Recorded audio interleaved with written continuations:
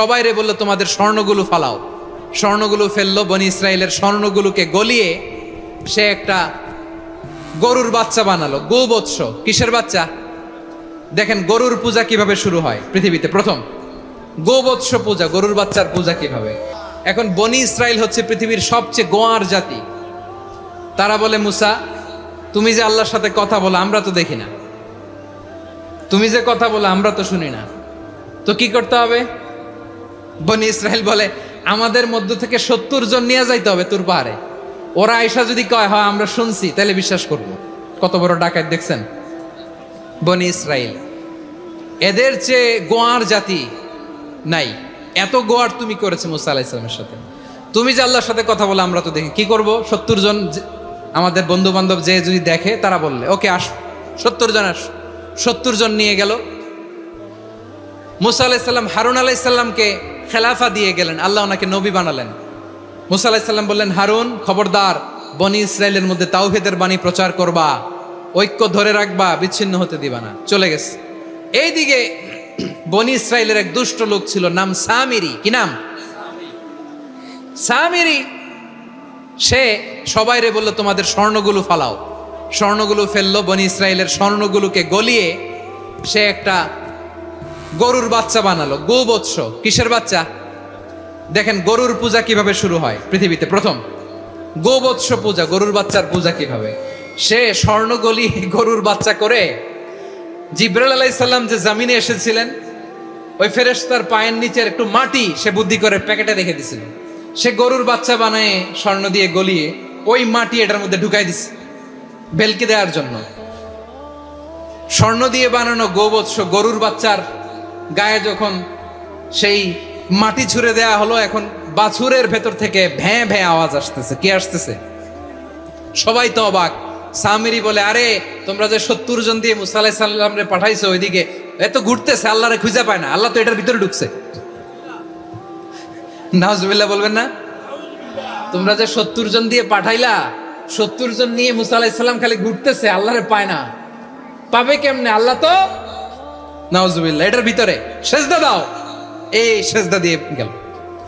আল্লাহর নবী হারুন আলাইহিস সালাম বললেন, খবরদার, এটা সুস্পষ্ট শিরক।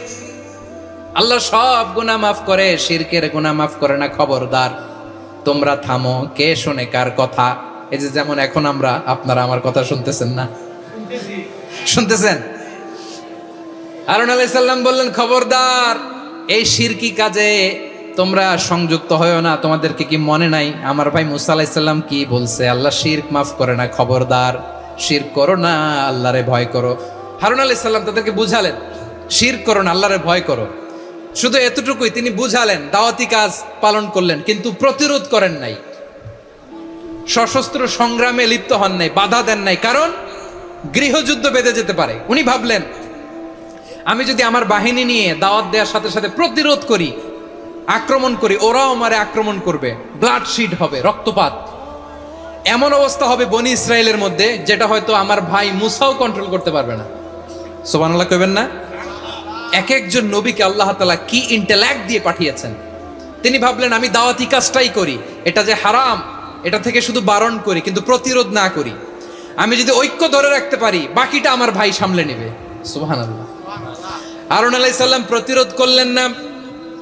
বনি ইসরায়েলের মধ্যে গৃহযুদ্ধ বেঁধে যাওয়ার আশঙ্কায় প্রতিরোধ করলেন না, আক্রমণ করলেন না, শুধু দাওয়াত দিলেন। ইন দা মিন টাইম মুসা আলাইহিস সালাম আল্লাহর সাথে কথা বলে যখন ফিরে আসলেন, দেখলেন বনি ইসরায়েলের অধিকাংশ লোক মুশরিক হয়ে গেছে। মুশরিক হয়ে গেছে। মুসা আলাইহিস সালাম রেগে গেলেন। রেগে প্রথমে বনি ইসরায়েলদেরকে অ্যাটাক না করে ভাইয়ের দাড়ি ধরলেন। হারুন আলাইহিস সালামের দাড়ি আর চুল। মেজাজি নবী ছিলেন। হারুন, তুমি কি করলা? তোমারে কি দায়িত্ব দিয়ে গেলাম? তুমি কি করলা? তুমি থাকতে বনি ইসরায়েল কেমন করে শিরকের কাজে নিমজ্জিত হয়ে যায়? সাইয়েদনা হারুন আলাইহিস সালাম বললেন, ইন্নী, কোরআন সাক্ষী, কোরআন থেকে কোট করছি, ইন্নী خشيت أن تقول فرقت بين بني إسرائيل ولم ترقب قولي। ও আমার ভাই, আমার দাড়ি ধরবেন না, আমার মারবেন না। আমি ভয় করেছি, আমি ভয় পেয়েছি, না জানি আপনি বলেন তুমি কেন খশিতু আন তাকুলা ফাররাকতা বাইনা বানি ইসরাঈল, আপনি এসে আমারে যদি বলেন তুমি কেন ঐক্য ধরে রাখলে না, কেন মারামারি হলো, কেন রক্তপাত হলো, তোমারে কি এই দায়িত্ব আমি দিয়ে দিয়েছিলাম, আমার কথার দিকে কি তুমি ভ্রুক্ষেপ করো নাই? আমি যে বলছি তাওহীদের বাণী প্রচার করবা আর ঐক্য ধরে রাখবা, আমার কথা কি শোনো নাই? আপনি আমারে ধমকাবেন, এই জন্য আমি প্রতিরোধ করি নাই, আক্রমণ করি নাই, গৃহযুদ্ধ আটকানোর জন্য, কিন্তু আমি দাওয়াত দিয়েছি। সুবহানাল্লাহ পড়েন। ঐক্য ধরে রেখেছেন। মুসা আলাইহিস সালাম মুহূর্তেই সামিরীকে আক্রমণ করলেন, অ্যাটাক করলেন, শাস্তি দিলেন। মুহূর্তেই ওই গোবৎস গরুর বাছুরকে ভেঙে চুড়ে মেসাকার করে সাগরের মধ্যে ভাসিয়ে দিলেন। পুরো বনি ইসরায়েলকে আবার তাওহীদের উপর প্রতিষ্ঠিত করলেন। পড়েন সুবহানাল্লাহ। এই ঘটনা থেকে শিক্ষা কি? শিক্ষা হচ্ছে আপনি শিরকের আড্ডাখানা দেখলেও বৃহৎ স্বার্থে তাওহীদের দাওয়াত দিবেন, প্রয়োজনে আপনি ঐক্য নষ্ট করবেন না। সুবহানাল্লাহ পড়বেন না? তাহলে ঐক্যের গুরুত্ব বেশি না কম বলেন? আওয়াজ করে বলেন। ওয়াতাসিমু বিহাবলিল্লাহি জামিআ, আল্লাহর রশিকে আঁকড়ে ধরো। ওয়ালা তাফাররাকু, তোমরা বিচ্ছিন্ন হয়ো না। পেকুয়ার ভাইরা আওয়াজ করে বলেন তো, আদেশটা কার? এখন বলেন, আমাদের ঐক্যবদ্ধ জীবনের দরকার আছে না নাই? এই যে ডক্টর মোহাম্মদ ইউনূস আমাদের লিডার, উনি যে আমাদেরকে জাতীয় ঐক্যের আহ্বান জানিয়েছে, ওনার আহ্বানে আমাদের সাড়া দেওয়ার দরকার আছে না নাই? রাজনীতিবিদদের যে ডাকছে, খুশি লাগে নাই আপনার? আলেমদের ডাকছে, খুশি লাগে নাই? আলহামদুলিল্লাহ বলবেন না? আলহামদুলিল্লাহ। সবাইকে ডেকেছে, ঐক্যবদ্ধ করেছে। আমরা ঐক্যবদ্ধ থাকতে চাই, আমরা ঐক্যবদ্ধ জীবন চাই, আমরা আর কাদা ছড়াছড়ি করতে চাই না। রাজি আছেন সবাই? এখন আমরা যদি ঐক্য নষ্ট করি, আমাদের কি কি সমস্যা, কি ক্ষতি, কি কুফল? অনৈক্যের কুফল কি? কয়েকটা কুফলের কথা বলে শেষ করব। প্রিয় ভাইরা, what are the drawbacks and disadvantages of division, social and political division in the society, disunity? আমরা যদি বিচ্ছিন্ন হই, একে অপরের যদি মারামারি করি, একজন যদি আরেকজনের কাফের ফতোয়া দেয়, আমাদের কি ক্ষতি? শুনবেন? কথা কয় না, শুনবেন? এক নাম্বার ক্ষতি হচ্ছে, আমরা যদি বিচ্ছিন্ন হই, আমাদের শক্তি কমে যাবে, আমাদের পাওয়ার আমরা হারাবো। আমাদের কি হারাবো? পাওয়ার। মনে রাখবেন, যখন আমি একা থাকি তখন আমি ব্যক্তি, যখন আমরা সবাই মিলি তখন আমরা শক্তি। এই শক্তি নিয়ে আমাদের সামনে এগিয়ে যাওয়ার দরকার আছে না নাই? তাহলে আমরা যদি বিরোধে, নিজেরা বিরোধে লিপ্ত হই, আমাদের ক্ষমতা, পাওয়ার ছুটে যাবে। আমরা এই পাওয়ার হারাতে চাই না, ঠিক কিনা বলেন? রব্বুল আলামিন ঠিক তাই বললেন। রব্বুল আলামিন বললেন, খবরদার, ওয়াতিউল্লাহ ওয়া রাসূলাহু ওয়া লা তানাযাউ ফাতাফশালু ওয়া তাযহাবা রিহুকুম ওয়াসবিরু ইন্নাল্লাহা মা'আস সাবিরিন। আল্লাহর আনুগত্য করো, নবীর আনুগত্য করো, কিন্তু খবরদার নিজেরা বিরোধে লিপ্ত হয়ো না, নিজেরা মারামারি করো না, তাহলে তোমাদের শক্তি কমায় দিবে কে? ফাতাফশালু, তোমরা সাহস হারাবা, ওয়া তাযহাবা রিহুকুম, তোমাদের শক্তি কমে যাবে, পাওয়ার কমে যাবে। তাহলে আমরা যদি নিজেরা মারামারি করি, আমরা নিজেরা যদি বিচ্ছিন্নতায় লিপ্ত হই, আমরা যদি মতানৈক্য করি, তাহলে আমাদের শক্তি কমে যাবে, ঠিক কিনা? আমরা শক্তি কমাবো। আচ্ছা, ছোট্ট একটা বাঁশের কঞ্চি যদি আপনারা দেয়, পায়ের মধ্যে ধাক্কা দিয়ে ভাঙতে পারবেন না? এরকম বাঁশের কঞ্চি যদি 20টা একসাথে জোড়া লাগায় দেয়, ভাঙতে পারবেন? কথা বোঝে নাই মনে হয়। চিকন একটা বাঁশের কঞ্চি দিলে ভাঙা যাবে না? এরকম চিকনই 20টা বাঁশের কঞ্চি একসাথে লাগাই দিলে ভাঙতে পারবেন? কারণ যখন আমি একা থাকি তখন আমি ব্যক্তি, যখন আমরা সবাই মিলি তখন আমরা শক্তি। আমরা যেন শক্তি না হারাই। আমরা বিরোধে লিপ্ত হলে আমাদের শক্তি কমে যাবে। এই হচ্ছে 1 নম্বর ডিসঅ্যাডভান্টেজ।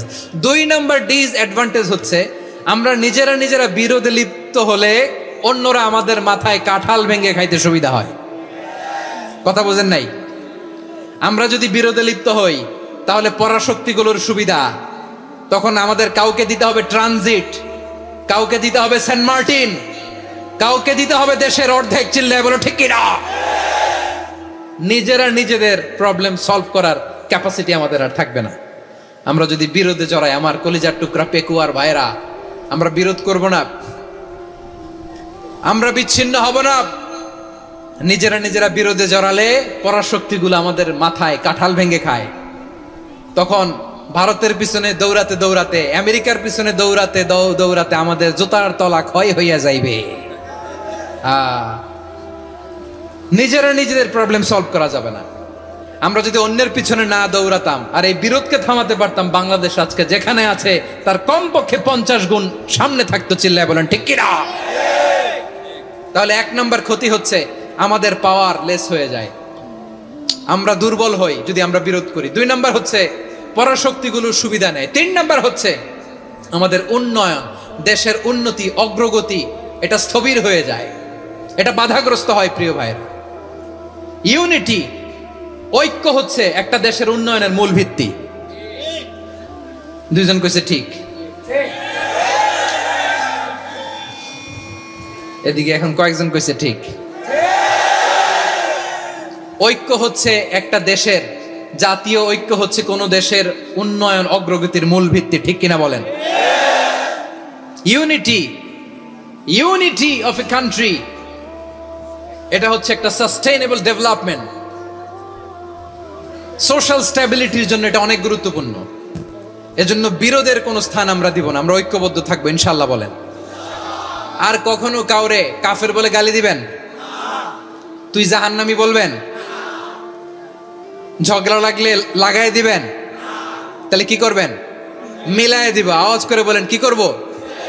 প্রিয় ভাইরা, এই বিরোধ গত 50 বছর তো আমরা দেখেছি। ধর্মীয় অঙ্গন বলেন, সামাজিক অঙ্গন বলেন, রাজনৈতিক অঙ্গন বলেন, এই বিরোধ আমাদেরকে শেষ করে দিয়েছে। এই 24-এর ছাত্র নাগরিক অভ্যুত্থানের পরেও যদি সেই বিরোধ আমাদেরকে খায়, তাহলে এতগুলো তাজা জেনজির রক্ত বৃথা যাবে। চিল্লায় বলো ঠিক কিনা? আমরা এই রক্তগুলো কি বৃথা দিতে চাই না, বৃথা যেতে দিতে চাই না। আমরা ঐক্যবদ্ধ থাকতে চাই। রাজি আছেন? আমরা আর কাদা ছড়াছড়ি করব না। অনেক হয়েছে আন্না, এবার থামুন। অনেক হয়েছে আন্না। প্রথমেই আমি এদেশের সম্মানিত আলেম সমাজকে বিনয়ের সাথে অনুরোধ করব, আসুন আমরা ঐক্যবদ্ধ হই।